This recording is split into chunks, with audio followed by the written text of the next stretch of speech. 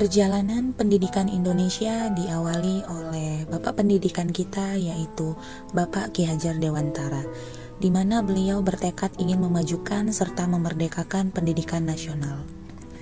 Pada zaman sebelum kemerdekaan, yaitu pendidikan zaman kolonial pada tahun 1854, pendidikan hanya berfokus pada calon pegawai serta hanya tersedia 3 kelas yang dinamakan Sekolah Bumi Putra, di mana sekolah tersebut hanya mengajarkan seperlunya ilmu tentang bagaimana menulis, membaca, dan berhitung. Dan juga ilmu-ilmu tersebut diajarkan guna mendukung usaha dagang mereka, yaitu bagi para penjajah.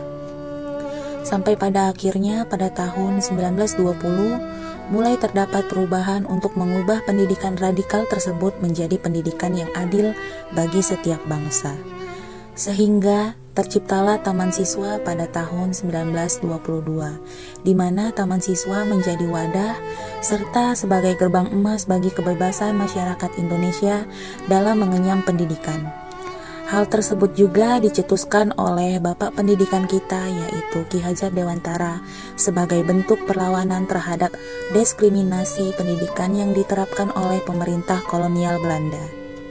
Ajaran dari Taman Siswa sendiri berprinsip pada dasar-dasar kemerdekaan bagi masyarakat Indonesia.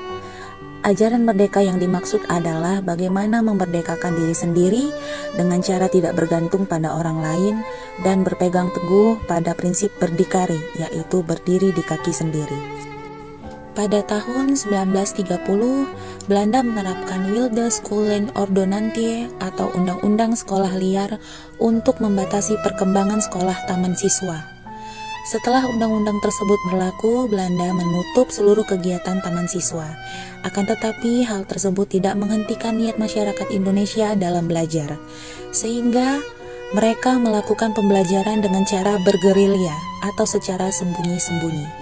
Kegiatan tersebut terus dilakukan sehingga secara perlahan mampu merdeka, sesuai dengan tujuan dari Ki Hajar Dewantara, di mana beliau ingin memerdekakan pendidikan rakyat Indonesia agar mampu merdeka secara lingkungan dan diri sendiri.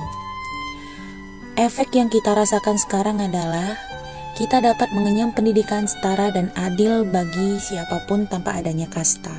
Seperti ketentuan pada Undang-Undang Dasar tahun 1945 bahwa disebutkan mencerdaskan kehidupan bangsa, di mana seluruh penduduk di bangsa Indonesia ini haruslah mempunyai pendidikan untuk menuju kehidupan yang merdeka, damai, dan mempunyai cita-cita. Serta seperti yang tertera di dalam Pancasila kelima, yaitu keadilan sosial bagi seluruh rakyat Indonesia, pendidikan tidak pandang bulu dan setiap warga negara bisa mendapatkannya.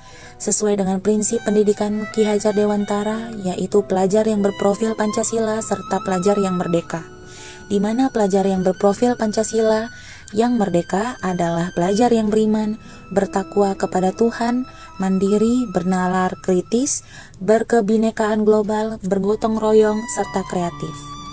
Menurut Ki Hajar Dewantara, guru adalah fasilitator yang akan memerdekakan peserta didik, di mana prinsip guru yaitu Ingarso Sungtulodo, artinya menjadi seorang pemimpin harus mampu memberikan suri tauladan. Ingmadio Mangunkarso, artinya seseorang di tengah kesibukannya harus juga mampu membangkitkan atau menggugah semangat para peserta didik. Dan yang terakhir yaitu Tutwuri Handayani, seseorang yang harus memberikan dorongan moral dan semangat kerja dari belakang. Itulah sekilas cerita tentang perjalanan pendidikan nasional menurut Ki Hajar Dewantara.